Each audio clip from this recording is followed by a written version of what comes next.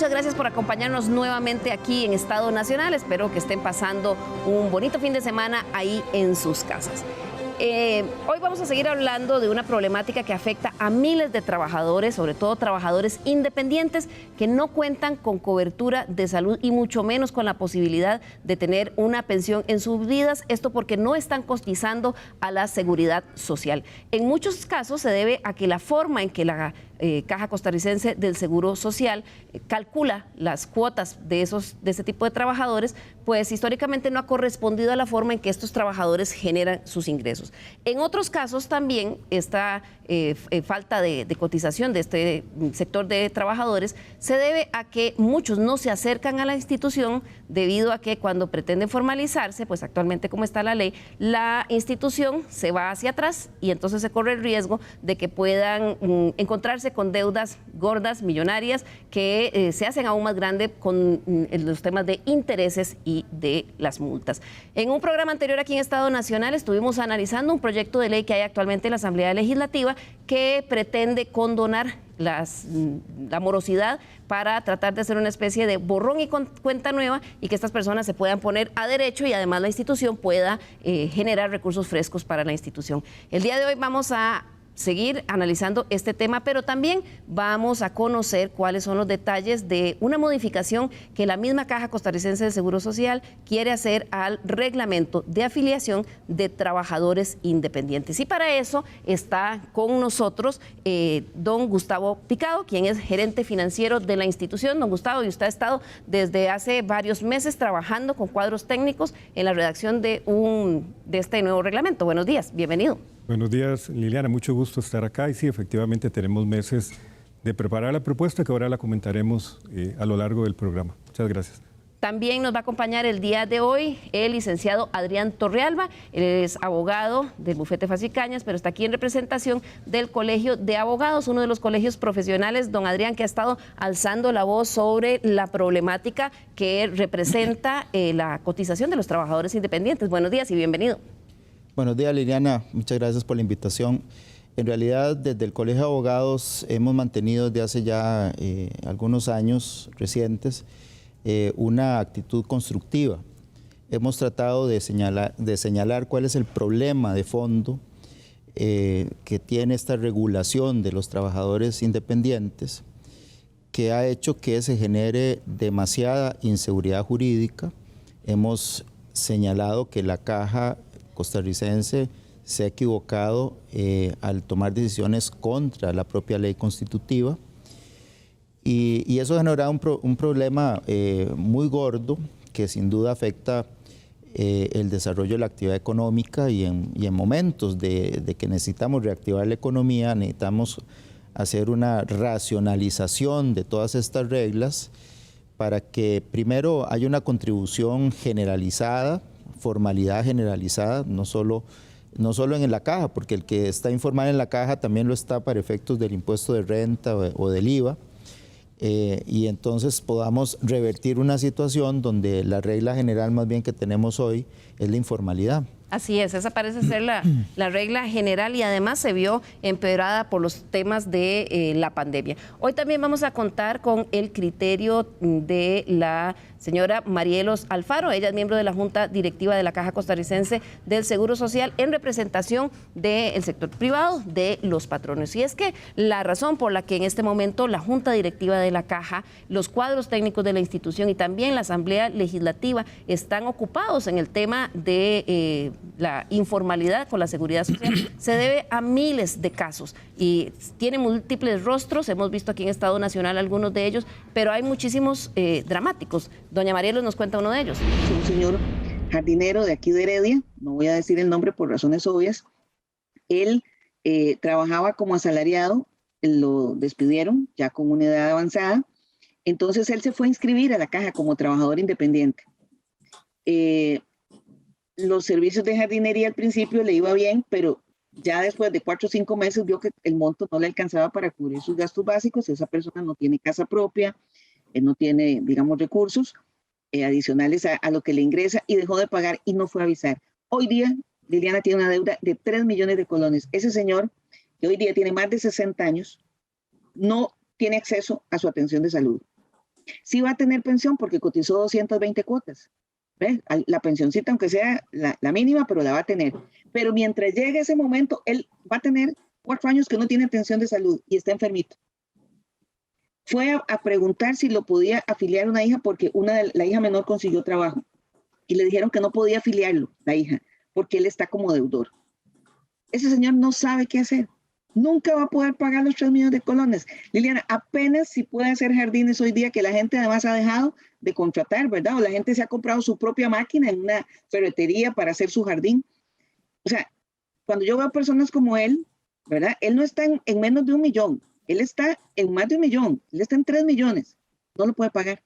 Y es que el caso de las deudas con la Caja, en especial de la de los trabajadores independientes, es una situación que ha venido creciendo como una bola de nieve durante años. Veamos. La obligación de formalizar operaciones ante la Caja Costarricense de Seguro Social para los trabajadores independientes inició con la entrada en vigencia de un transitorio de la Ley de Protección al Trabajador en el 2005. Con ese cambio, su inclusión en la Seguridad Social pasó de ser voluntaria a obligatoria. En el 2010, la morosidad de este sector era de un 24%. 10 años después, el tamaño de la deuda se duplicó, alcanzando un 40%. Y la misma Caja ha reconocido que en uno de los puntos más altos de la pandemia ha llegado hasta un 55% de morosidad. La Caja reconoce su incapacidad para cobrar. En el acuerdo enviado a la Comisión Legislativa que analiza el proyecto de condonación de deudas, la Junta Directiva de la institución reconoció que a pesar de las medidas tomadas para tratar de que los trabajadores independientes paguen, tales como reducción de intereses, extensión de plazos y disminución de pago inicial, lo cierto es que no se logran resultados. La Junta aseguró textualmente que tan solo un porcentaje muy reducido de los trabajadores independientes ha tenido la capacidad de suscribir esos acuerdos. La Cámara de Comercio de Costa Rica asegura que el cambio de la fisonomía de la fuerza laboral costarricense es una realidad que no se puede ignorar. Según ellos, de cada 100 trabajadores costarricenses, 74 son asalariados y 26 son independientes. Sin embargo, de esos asalariados, solo 52 son formales y 22 están en la informalidad.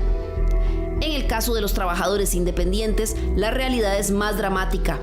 De esos 26 de cada 100, solo 2 están en la formalidad. Los otros 24 no cotizan para la seguridad social. En muchos casos, por la forma en que se calcula el ingreso o porque cuando quieren formalizar, la institución se va hacia atrás en los años, cobra supuestas cuotas atrasadas, multas e intereses, lo que hace sumamente difícil ponerse a derecho.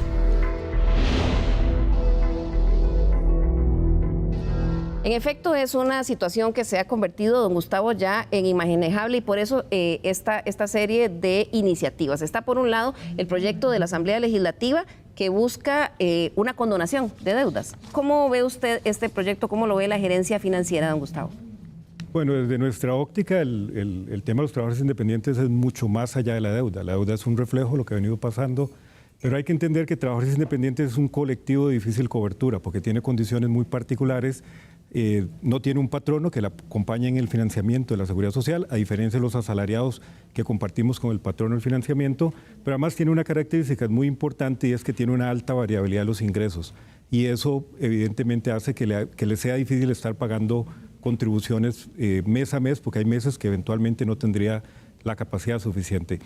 Y eso es lo que ha ido efectivamente acumulando una deuda, 24% en el 2010, casi el 40% en el 2020, y ahí tal vez lo que nosotros planteamos es que efectivamente la Caja piensa que una solución es condonar las deudas mientras que sea legal y así se entienda, pero lo otro es que eso no es suficiente, porque probablemente ese mismo fenómeno que se vivió en los últimos 10 años lo tendríamos en los 10 años siguientes. Hay que ir a las razones, las causas, y sobre eso también hay que actuar, ¿verdad? No solamente condonar, porque, como digo yo, como planteo, eventualmente volvamos a la misma situación dentro de unos años. Hay condiciones particulares y también yo quisiera remarcar algo, es que el trabajador independiente, por las características de la actividad, algún grupo, algún segmento se aleja de la seguridad social voluntariamente, ¿verdad? No todos tienen el compromiso con la seguridad social y entonces a veces hay diferentes formas de evadir o omitir, digamos, sus reportes a la institución. El proyecto de ley lo entendemos como un esfuerzo, no lo vemos como el único esfuerzo. la Junta Directiva ha planteado a la Asamblea que es indispensable que vaya a la Sala Constitucional a que sea conocido la legalidad o la constitucionalidad que tiene el proyecto de ley. Y bueno, eventualmente pues dependeremos de lo que ahí se indique y a partir de eso, pues como administración, pues obviamente nos acogeremos a las disposiciones legales que haya en la materia. Claro, hoy vamos a hablar de esas dos cosas. Por un lado, el proyecto de ley que está en la Asamblea para condonar y por otro, los cambios en el reglamento. Don Adrián, ustedes como colegio profesional se han unido, bueno, ustedes empezaron a poner este tema desde hace mucho, últimamente otros colegios profesionales también. En este caso del proyecto de condonación de deudas en la Asamblea, ¿ustedes consideran que debería hacerse, es necesario? Sí, yo creo que en definitiva es absolutamente necesario. Y yo señalaría dos elementos que me parecen muy importantes en esta discusión. Lo primero es que la palabra condonación es un poquito ambigua o engañosa, porque en realidad lo que hay acá es una inseguridad, un conflicto de interpretación en una normativa que cuando se creó con la Ley de Protección del Trabajador fue muy indeterminada. Por ejemplo, se estableció la obligación de los independientes de pagar la contribución de la Seguridad Social, pero no se estableció la cuantía, no se estableció los elementos.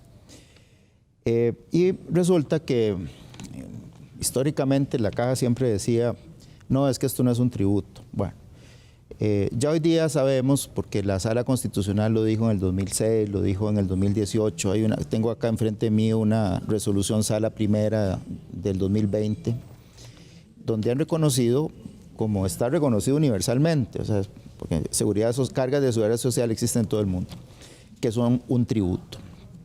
Entonces, claro, desde el momento en que hay un tributo que no tenía los elementos de cuantificación, resulta que en determinado momento, ¿qué es lo que hizo la Caja al inicio? Pues bueno, dijo, bueno, vamos a darles el mismo tratamiento de los asalariados, entonces un 9%, 10% tal. En determinado momento, eso cambió. La Junta Directiva empieza a aprobar unas escalas progresivas como si fuera un segundo impuesto sobre la renta y llega hasta el 18-19%. Que es totalmente diferente a la forma en que se... los asalariados pagan un 9, un 10, después les subieron un 10, pero no, a los independientes... Estandarizado todo, no importa cuánto. Todo el mundo, exactamente. Y en el caso de los trabajadores independientes, les pusieron esa escala. Y digamos con un problema fundamental, y es que a mi juicio es demasiado evidente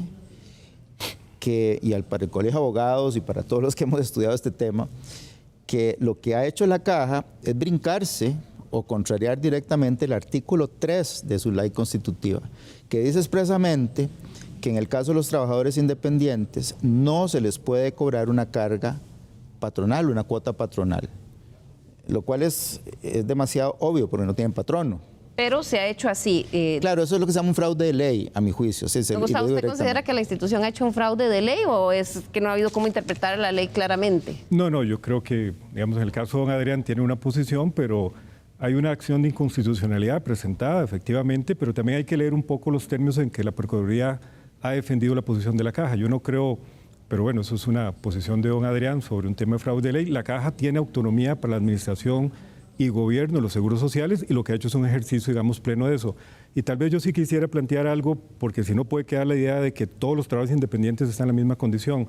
95% de los trabajadores independientes cotizan de 2 salarios mínimos para abajo. Y hay mucha gente que ha subsistido en este sistema sin ningún inconveniente. Claro, hay gente. ¿Quiénes son los que han tenido más inconvenientes? Pues efectivamente, la gente que ha tenido ingresos superiores a los que venía reportando y en algún momento el servicio de inspección llegó y encontró unas diferencias, como pasa con un patrono. Claro, pero Gustavo, si hay una inequidad porque los trabajadores asalariados, no importa si gana menos de eso o si gana 5, 10 o 15 millones, cotiza una tasa, un porcentaje estándar, ¿verdad? En el caso de los trabajadores independientes, el problema es que sí existe esa digamos, un gerente de una transnacional que gane 50 millones al año paga 10. Pero y un independiente que gane 50 millones al año paga el 18. Claro, pero estamos hablando de gente de 50 millones, que no son muchos. Revisemos la gente que gana más de 2 millones, que reporta más de 2 millones como trabajadores independientes y no son más de 200. Bueno, pero sí, o sea, no son tratados igual. Asalariados e independientes pero no son tratados igual. Tiene que ver con el modelo de aseguramiento. En muchos países hay 2 condiciones que no son iguales que las nuestras. En muchos países el trabajo independiente no está obligado. pero en aquellos países que está obligado los hacen pagar la totalidad de las cargas sociales. En Costa Rica ha habido un sistema que ha sido reconocido como una buena práctica donde hay un subsidio muy fuerte del Estado, porque el trabajo independiente pone una parte y el Estado pone otra parte. Yo coincido en que efectivamente los trabajadores de más altos ingresos eventualmente están sometidos a tasas muy altas, que son casi el 19%, pero el 95% paga menos del 9.60, que es básicamente el mismo equivalente al trabajo asalariado. Y eso lo digo un poco para no polarizar. En realidad el trabajo independiente es una población muy heterogénea, pero la mayoría está en la parte de bajos ingresos. Ya vamos a hablar de don Adrián. No, tal vez un elemento ahí. Yo creo que aquí Gustavo y yo que tenemos una relación muy cordial, creo que hay una diferencia muy clara. Él es economista, financista, yo soy abogado. Y aquí estamos hablando de garantías individuales. Es decir, por ejemplo, el principio de capacidad contributiva, el principio de no confiscatoriedad, el Estado no te puede confiscar tu patrimonio, tiene que respetar un principio de igualdad, es una garantía individual. Entonces ese argumento de que es que la mayoría no tiene este problema, sencillamente desde el punto de vista jurídico es inaceptable. Y además tiene un problema digamos, económico importante, no es solo un tema jurídico. Y es que, vamos a ver, supongamos los trabajadores independientes que tienen capacidad de generar ingresos, también tienen capacidad de generar empleo. ¿Okay? Nosotros hemos hecho una serie de análisis, de ejemplos, y te voy a poner el que hemos venido exponiendo reiteradamente. Un independiente que está en el quintil más alto de la población de ingreso, $10,000 mensuales, por ejemplo. Bueno, pagando renta, porque en renta también tienen que pagar más que los asalariados los independientes, y pagando la caja, como pretende la caja que debe pagarse, teniendo una hipoteca de una casa normal, una prenda de un carro, y gastando por mes 500,000 colones, cosa que es bastante irreal, termina en rojo todos los meses. Entonces yo no sé si es que existe una idea de alguien de que de lo que se trata en este país, o el régimen que vivimos, es que si alguien gana un poco más, lo que hay que hacer es empobrecerlo para que quede al nivel, para que todos ganen muy poco. Y claro, el problema de eso es que esos independientes que están prosperando de una u otra manera, los profesionales que han tenido la capacidad, la posibilidad de estudiar, etcétera, si al final el juego, las reglas del juego es arruinarlos, para que entonces ya tengan que cerrar sus puertas, tengan que despedir a los trabajadores, porque el independiente que es patrono, ahí sí tiene que pagar la carga patronal de sus asalariados. Entonces, ese argumento me parece que yo lo desecharía de la discusión, claro, porque aquí es un tema de si las reglas son de igualdad, de no confiscatoriedad, y si no es así, si llegamos objetivamente a esa conclusión, hay que arreglar el tema. Claro, que hay que arreglarlo porque si vemos las cifras, en realidad la Caja Costarricense del Seguro Social, porque también existen la tesis aquí, la posición de muchos que dicen, bueno, pero ¿por qué si yo he pagado las cotizaciones de la Caja, porque ahora van a venir y le van a condonar las deudas a alguno?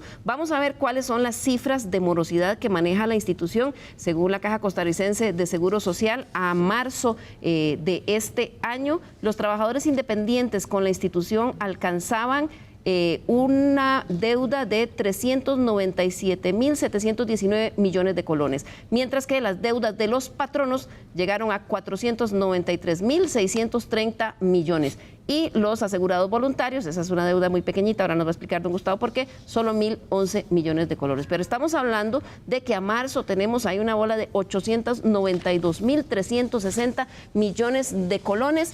Los diputados que impulsan esta iniciativa, que está en el Congreso, como Pedro Muñoz, que fue el redactor de este proyecto, decían en programas anteriores aquí que la situación era que muchas de esas deudas están, don Gustavo, como escritas en una maqueta, porque en realidad la institución no las va a poder recuperar. En parte mucho porque por la forma en que se calculan, ¿verdad? Hay gente que le calculan 15 años para atrás, más multas y demás, y entonces ahí aparecen con estas deudas. Sí, bueno, yo quiero reiterar de nuevo las cifras. Hay muchas deudas como estas que no son de plazos retroactivos, es decir, alguien se inscribió en diciembre del 2010 y no pagó desde diciembre del 2010, tampoco se salió del sistema y fue acumulando pequeñas deudas de 20,000, 25,000 colones y un día tantos está en una deuda de 1 o 2 millones de colones. Y eso es un poco para decir que no solamente ha sido la actuación de la Caja, que yo concuerdo con don Adrián, porque hemos compartido en otros foros, pero ahí hay un segmento que es un segmento que hay que buscarle solución, pero hay también mucha gente que se ha alejado de la responsabilidad de pagar la seguridad social. No todas son de este tipo, no todas son que uno llega donde un profesional especialista y encuentra que venía reportando 650.000 colones como ingresos netos, porque yo he visto casos de esos, y en realidad tenía ingresos de 5 o 6 millones de colones, ¿verdad? No va a entrar a la discusión jurídica, pero esas son las realidades. Pero hay muchos también que han ido acumulando pequeñas deudas y por eso el 52% lo que debe es menos de 1 millón, que no son situaciones de esas, sino gente que ha dejado, que probablemente no tuvo capacidad de pagar los 20.000 mensuales y los fue acumulando. Pero en lo que hemos tenido coincidencia absoluta es que este primero no es un problema de la caja, es un problema de todo el país, que no es un problema financiero, que es un problema de que la gente esté excluida de la seguridad social. A nosotros lo financiero nos preocupa, pero nos preocupa más que la persona tenga que ir a la seguridad social y le tengamos que hacer una factura de millones que tampoco nunca va a poder pagar. Usted me comentaba que hay casos de personas que no tienen, que no estaban cotizando, de pronto van a utilizar los servicios a la institución y ahí entonces se les tiene que facturar y ahí viene otra deuda adicional a las cotizaciones. Sí, ahí justamente, Liliana, es creo que la peor manifestación de esta situación, ¿verdad? La situación de exclusión de la seguridad social. Tal vez alguna gente tenga capacidad para ir a hospitales o clínicas privadas, pero la mayoría de personas de este país no lo tienen. Y entonces, con todo esto que hemos estado discutiendo y el reglamento que estamos proponiendo, lo que queremos es resolver la situación para que la gente pueda gozar de esa protección. Usted lo decía al principio, no es solamente que no tienen acceso a los servicios de salud, sino que en unos años la gente va a preguntar la pensión y tampoco tiene para una pensión. El modelo de nosotros es un modelo solidario, sin duda alguna, ¿verdad? Y lo que buscamos es que la gente pague proporcionalmente a su capacidad. Nosotros nunca hemos buscado que la gente se haga un pago desproporcionado, pero claro, en la reforma reglamentaria estamos haciendo algunos ajustes para que sobre todo esos grupos de altos ingresos sientan que pagan proporcional y que no pagan tasas que efectivamente podrían ser muy elevadas. Claro, ante esta iniciativa de proyecto de ley que existe en la Asamblea Legislativa, la Junta Directiva de la Caja Costarricense de Seguro Social envió una respuesta a la comisión que está analizando el proyecto en la que le plantea su posición. Don Marielos nos hace un recuento de cuál es esa posición. Lo que se dice, que le dice a la Asamblea es que estos criterios de la Procuraduría y la Contraloría parecen señalar la imposibilidad de que el legislador pudiera dictar la ley. Pero oiga la redacción, parece, porque nosotros tampoco podemos decir que son contundentes. Entonces, lo que dice es, respetuosamente le solicitamos que se formule la consulta facultativa a la sala sobre el proyecto. Una vez, si lo pasan en primer debate, que haya una consulta facultativa inmediatamente a la sala para que de una vez la sala nos diga si se puede o no se puede. Ahora, me preguntan mi posición es que debemos buscar una forma de acercar, como dijiste vos, no solamente a estas personas que hoy están alejadas del proceso, ¿verdad? Estos 80 y resto mil de personas, sino para abrir la puerta a otros, porque el sector de independientes que está en la informalidad es muchísimo más que este que tenemos adentro de la institución.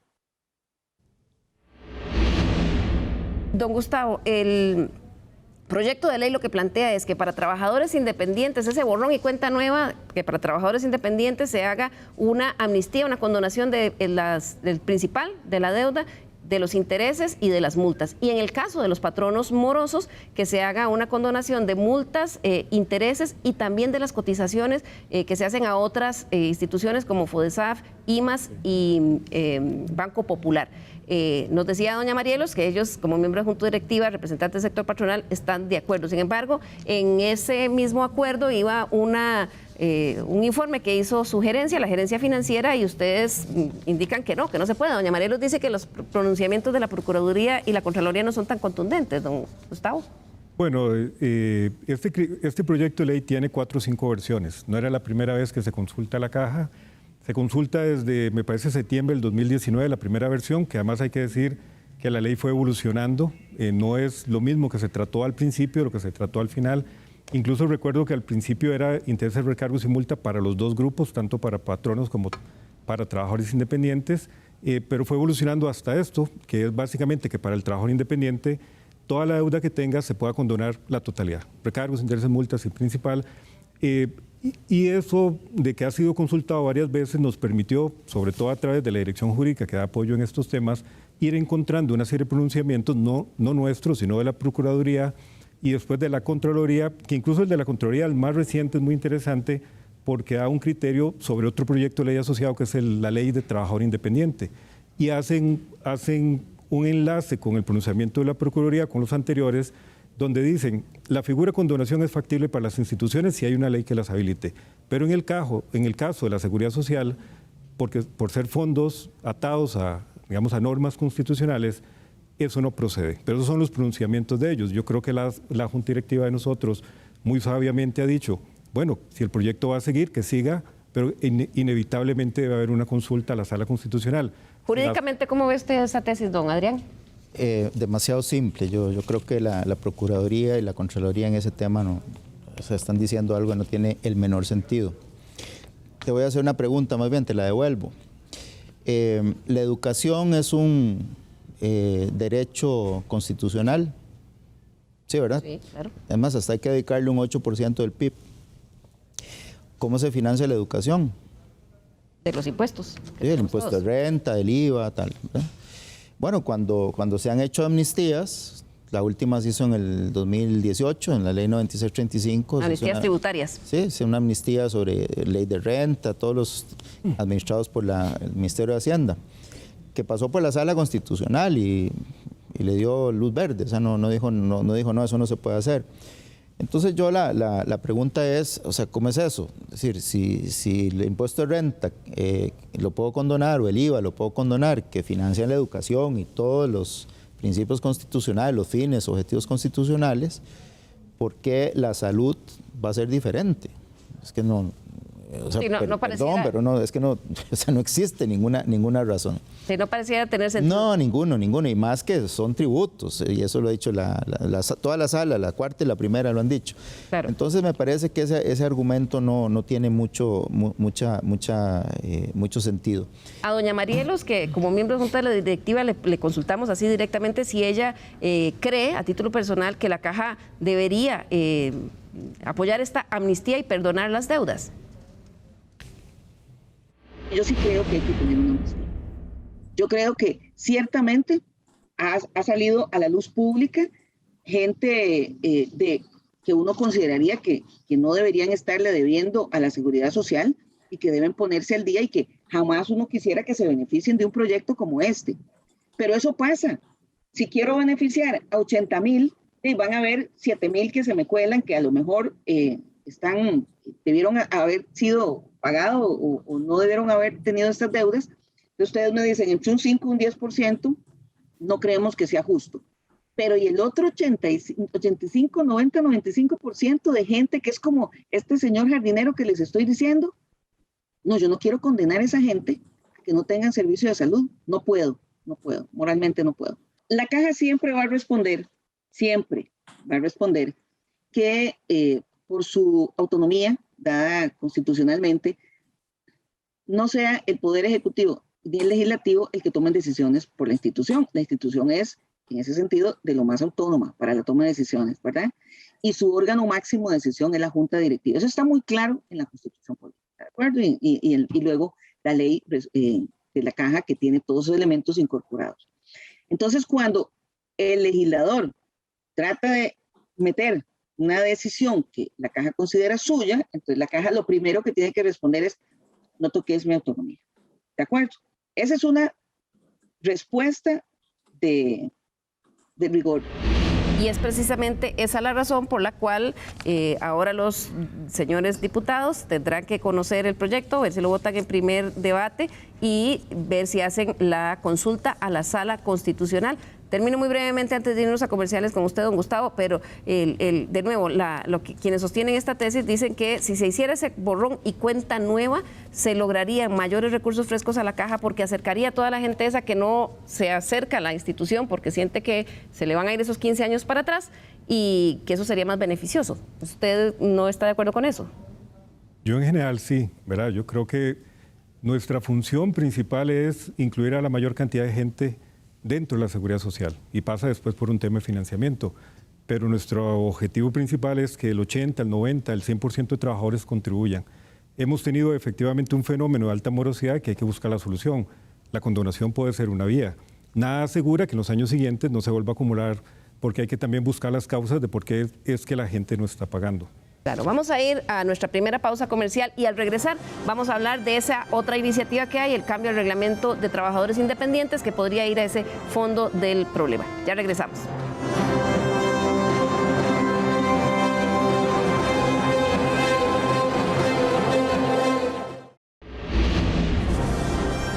Le recordamos nuestro correo l.carranza@teletica.com. Escríbanos, nos interesan mucho sus opiniones, sugerencias y críticas.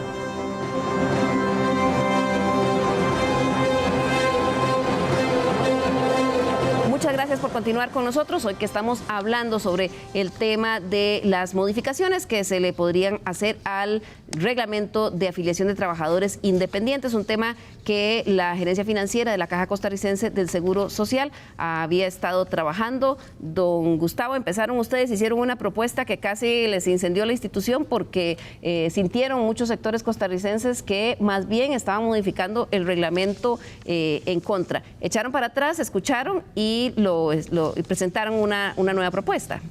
Sí, justo como usted plantea, Liliana. En los últimos 3 meses hemos tenido reuniones, conversaciones con grupos de diferente naturaleza que reúnen trabajadores independientes, porque algo característico que tienen es que dentro del trabajo independiente hay una manifestación muy diversas situaciones y a partir de eso y además de estudiar buenas prácticas y lecciones exitosas en otros países, diseñamos una propuesta de reglamento que atiende mucho las quejas de la publicación anterior y que lo que intenta es efectivamente ajustarse mucho más al perfil y características de trabajador independiente. Y creemos creemos eso sí, que no es la solución final.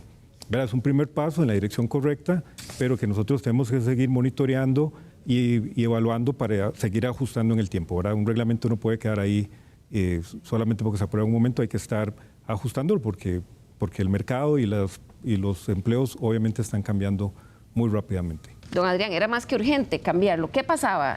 Usted comentaba al principio del programa que le parecía que en algún momento la ley simplemente, la Caja simplemente decidió interpretar a su gusto la forma de tasar al trabajador independiente. Sí, yo creo que la primera versión de este reglamento, en realidad lo que hacía era consolidar la práctica de los últimos tiempos que venía siguiendo la Caja. Y esa práctica había implicado un cambio con la práctica originaria de la Caja. Y todo nace porque para determinar una cosa es que yo diga, bueno, es obligatorio que los independientes contribuyan. Ok, ¿cuánto tienen que contribuir? Se supone que eso lo debe haber dicho la Ley de Protección al Trabajador. Lo único que dijo es que no se les podía cobrar una cuota patronal. Eso fue la única cuantificación que nos dijo. Entonces, ¿qué pasó? Por muchos años la Caja estableció lo que llaman un ingreso de referencia. ¿Okay? Entonces, con base en eso, por muchos años mandaba facturas mes a mes con base en ingreso de referencia, que lo hacían, supongo, que cuántos años de ejercicio de la profesión, y había algunas categorías, unas categorías objetivas. En un contexto donde la Caja tenía desde el inicio, porque eso, es más, tiene esa posibilidad de, empezando el año 2000, tener un convenio con tributación. Más, cuando estaba yo en tributación se hizo un convenio con la Caja, me acuerdo. Entonces ellos tenían las declaraciones de renta de toda la gente.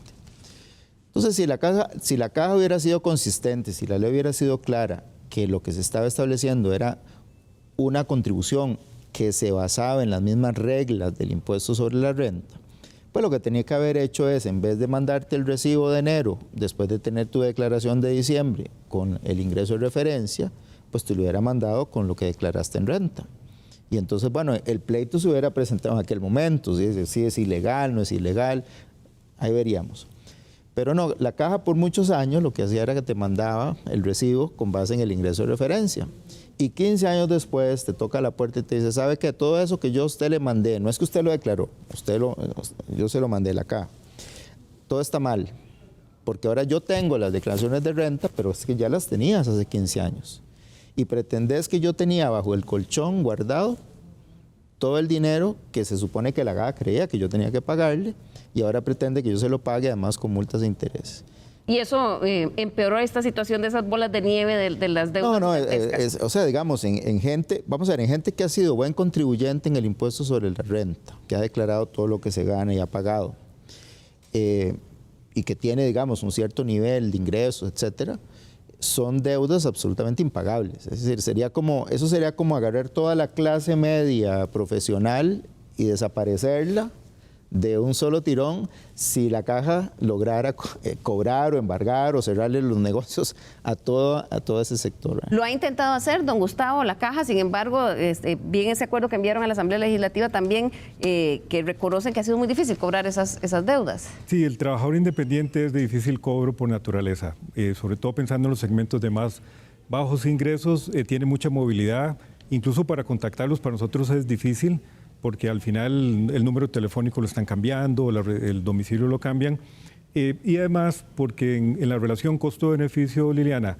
cobrar una deuda de 1 millón de colones vía judicial nos va a salir más caro el proceso judicial que la recuperación que tenemos. Entonces, yo coincido con don Adrián que la gente que ha venido cumpliendo apropiadamente, reportando lo que tenía que reportar, pues hoy no tiene ningún inconveniente. Y además, retomando un poco la lógica, el trabajador asalariado, ciertamente el trabajador asalariado utiliza una prima plana, digamos, uniforme, pero él también reporta la totalidad. Yo he visto reportes de 120 millones de colones al mes de un trabajador asalariado que la empresa lo obliga a reportar. Entonces, yo creo que cayendo sobre el concepto es, si hacemos ahora este corte en el tiempo y empezamos de cero, hay que entender que empezar de cero significa que todo el mundo tenga la conducta de pago y de reporte adecuada, ¿verdad? Y hay que buscar los mecanismos para que el que gane más y el que le va a... que las reglas estén claras, claro, me parece muy importante. Claro, que no haya ese espacio a la interpretación. Sí, que yo sepa que, bueno, yo tengo que pagar sobre la misma base que yo reporto en renta, esa va a ser mi base de la caja, con un elemento que me parece que, por ejemplo, no está en el nuevo reglamento. Que ya vamos a entrar a ese detalle del nuevo reglamento. Ahorita lo entramos, pero sí me parece que, digamos, el que te diga, bueno, usted va a pagar sobre esto, y además que se resuelve el problema de la igualdad, porque... Vamos a ver, digamos, el impuesto de renta, así como está en Costa Rica, vos pagás a poco andar, digamos, un 25%.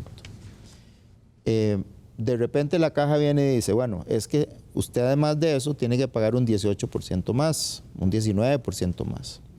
Eso nunca se discutió ni en la Asamblea Legislativa, nunca te enteraste, o sea, no hubo una cosa muy básica cuando el Estado, sus instituciones ejercen el poder coactivo de meter la mano en tu bolsillo, que eso lo decidió la legalidad y la publicidad, que se pueda discutir. Bueno, vos sabés, vos sos testigo de lo que cuesta aquí aprobar impuestos, porque todo el mundo se opone que esto, y en la Asamblea Legislativa es un viacrucis, ¿ok? Bueno, resulta que en el caso de la caja es una gran sorpresa. De repente los señores de la Junta Directiva se encierran en su sala de sesiones y aprueban, bueno, antes era el 10, después es el 12, el 18, mañana pueden decir que es el otro 25. Y entonces cuando vos haces las cuentas, tenés que pagar más del 40 y pico % sobre tu renta neta, y ahí apenas empiezas a vivir. De la renta neta empiezas a pagar tus cuentas personales, etcétera. Entonces, eso me parece que se hizo todo mal. Claro, en un principio. Ahora se está tratando. Ahora es donde se está tratando, digamos, de poner. Discutámoslo ahora y digan, bueno, si a mí me dicen, bueno, vea, de aquí en adelante usted tiene que pagar sobre la misma renta neta del impuesto de renta, con el porcentaje de los asalariados. Bueno, estoy pagando una carga alta, estoy pagando el 25 más 10, el 35. O sea, no es una carga que vos digas, esto es un paraíso fiscal, ni mucho menos. Es algo donde tenés que organizarte y tenés que prepararte para hacerlo y hacerlo. Entonces me parece que, pero que vamos a ver, que se sepa que de aquí en adelante eso va a ser así y que todos estamos claros. Esas reglas claras que dice usted. El pasado 10 de agosto la Junta Directiva conoció esta propuesta de cambio al reglamento de afiliación de trabajadores independientes. Así lo recibieron algunos directivos como doña Marielos Alfaro, representante del sector patronal. Esta fue su impresión de esto que presentaron. La caja tiene el reto de entender la dinámica de la prestación de servicios bajo la figura de trabajador independiente, ¿verdad?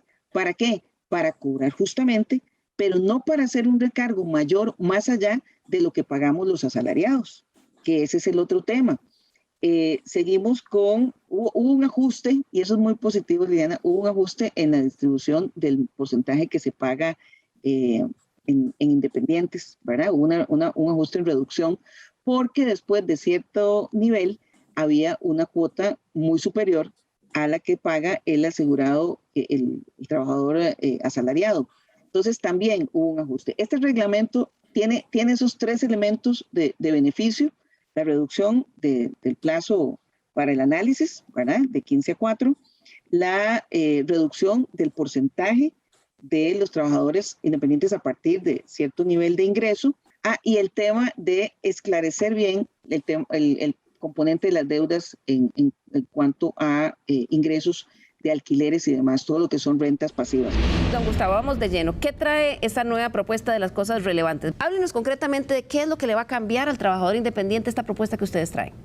Bueno, además de esos tres elementos que usted plantea, hay uno que a mí me parece muy significativo, y es que se está proponiendo que el trabajador independiente pueda inscribirse en línea en los sistemas nuestros autodeclarando su ingreso.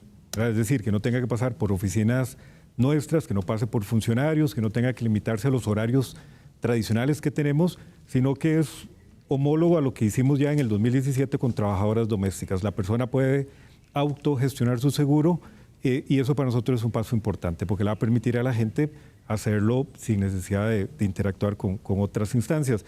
Pero además de eso, no solamente puede ingresar, sino que cada mes puede hacer un ajuste al ingreso si así corresponde.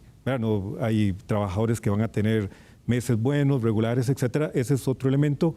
Y el tercero en esa línea es que también va a poderse dar de baja en el sistema. Usted cerró su actividad como trabajador independiente y no tiene que ir a una oficina a indicar que ya terminó. Usted mismo. Que actualmente es un peregrinaje burocrático terrible. Desinscribirse en la caja es tan difícil como inscribirse. Ciertamente, sí. Y lo que andamos tratando es de establecer un modelo que esté basado en la buena fe y creer que la gente nos está reportando lo adecuado. Lo que vamos a hacer es una capa de lo que llaman analítica de datos para poder determinar algunos casos que eventualmente pudieran ser gente que haya reportado o que haya inscrito o dado un dato que no es correcto. Vamos a hacer una fiscalización ex post, pero selectiva. Es decir, la gente va a entrar en general al sistema, va a quedar inscrita, pero aquellos casos que determinemos alguna situación. Esos son tres elementos que están en una plataforma tecnológica que va a cambiar sustancialmente la relación del trabajo independiente con la caja. Lo otro es que hay una clarificación sobre rentas pasivas, ¿verdad? Tuvimos quejas de que alguna gente que tenía alquileres esporádicos, que no era su actividad laboral, se les estaban incluyendo como afectos a los ingresos de trabajador independiente. Se cambian las escalas de ingresos. Perdón, alquileres esporádicos, pero si una señora pensionada tiene 2 apartamentos de alquiler, para ustedes, ¿eso debería de pagar cargas sociales? Eso depende si eso constituye una actividad laboral. Nosotros tenemos gente que incluso se acerca pidiendo el aseguramiento porque son los administradores de 3 alquileres.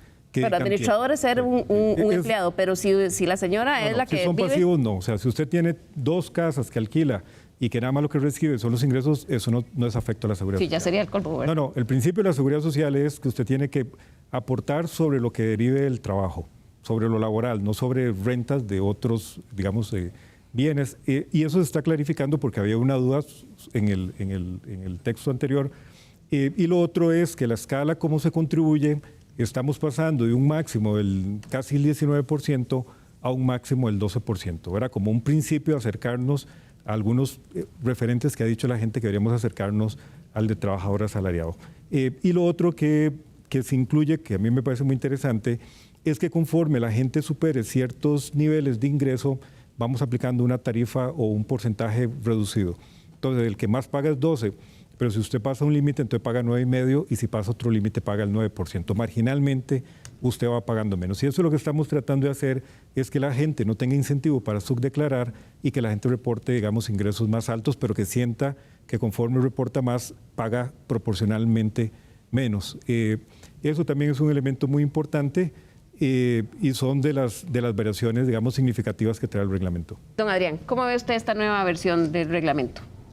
En primer lugar me gustaría, digamos, ofrecerle a Gustavo, enviarle un documento que hemos estado trabajando. Sé que había un plazo por ahí, pero nos atrasamos y aún así nos interesaría hacerle llegar algunos elementos de detalle. Pero en general me parece que esta versión del reglamento mejora la situación, digamos, anterior.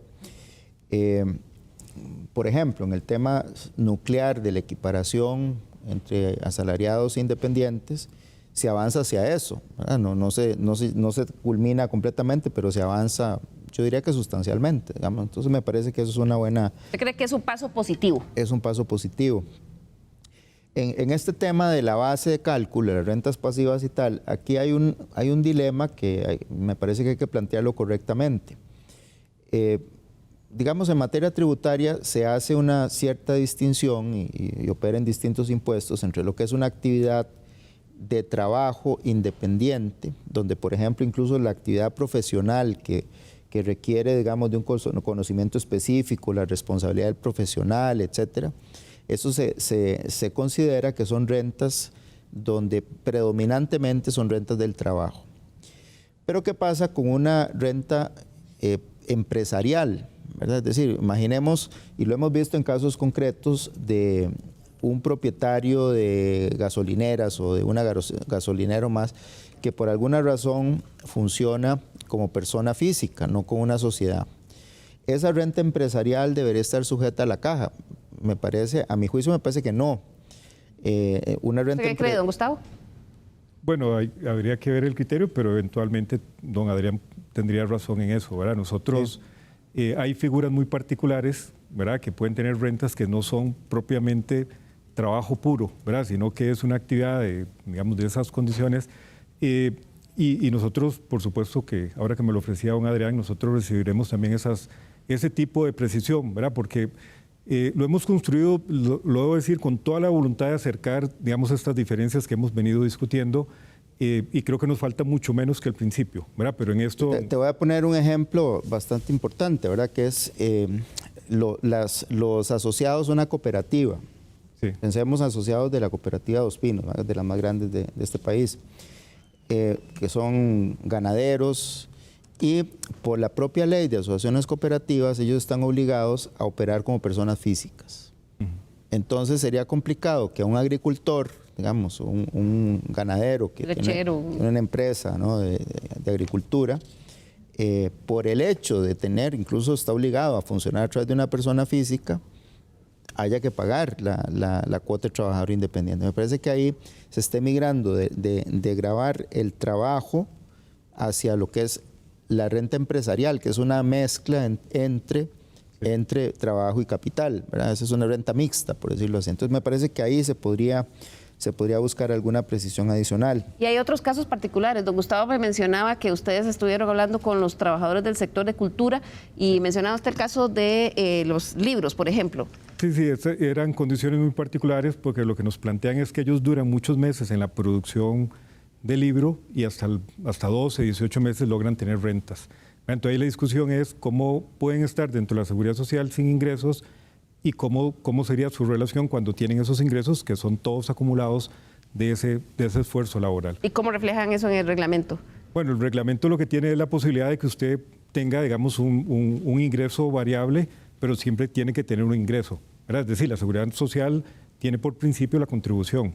Si usted tiene cero, usted no puede contribuir y por lo tanto no debería participar en la seguridad social. O sea, no hay solución todavía para ese caso de los libros. Lo que podríamos ver, lo que hablamos con ellos es eventualmente que también entra una responsabilidad individual. Si usted sabe que su trabajo le va a generar ingresos 3 meses o 6 meses después, evidentemente usted podría seguir reportando el mínimo, la base mínima, y contribuir sobre el mínimo, pero haciendo una reserva, haciendo un ahorro para hacerle frente, digamos, a esos pagos. En eso tenemos, el sistema es tan flexible y esa es la idea de que usted va a poder hacer esos movimientos, pero claro, tiene que comprometer también, digamos, su acción individual para que pueda pagar eso en el momento.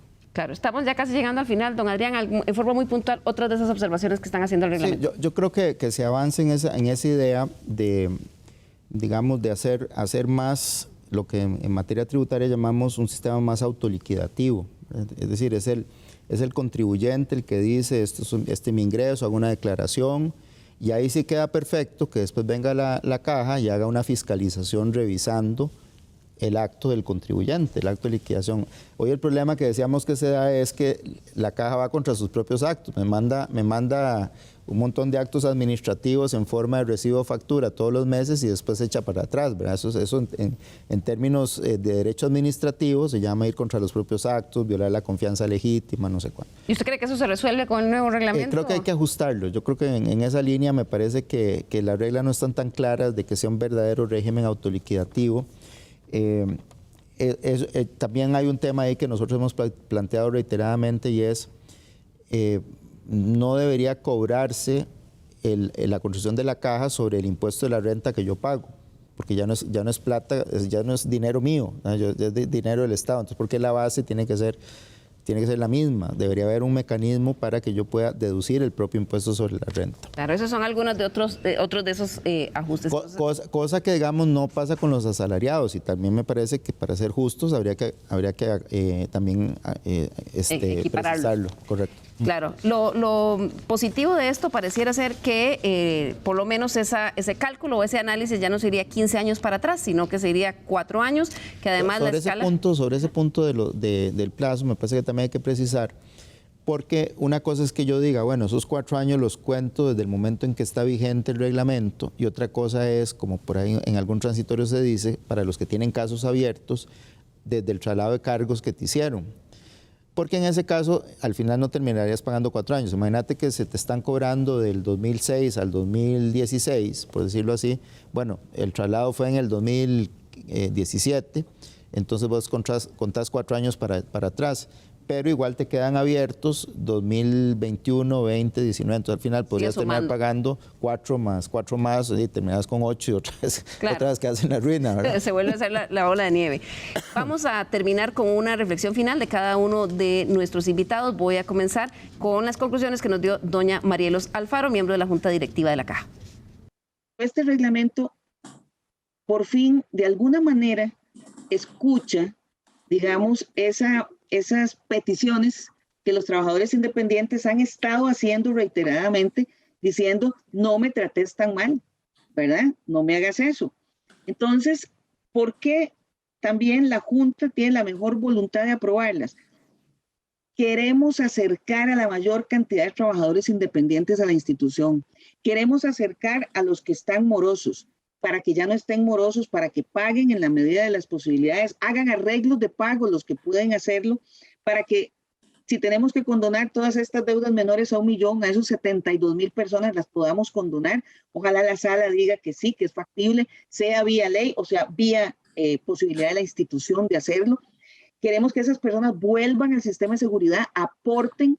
Liliana, es más valioso que aporten mes a mes 72,000 personas, 80,000 personas, a que supongamos que vamos a recuperar montos que, como dije hace un rato, la mayoría ya están en la categoría de incobrables.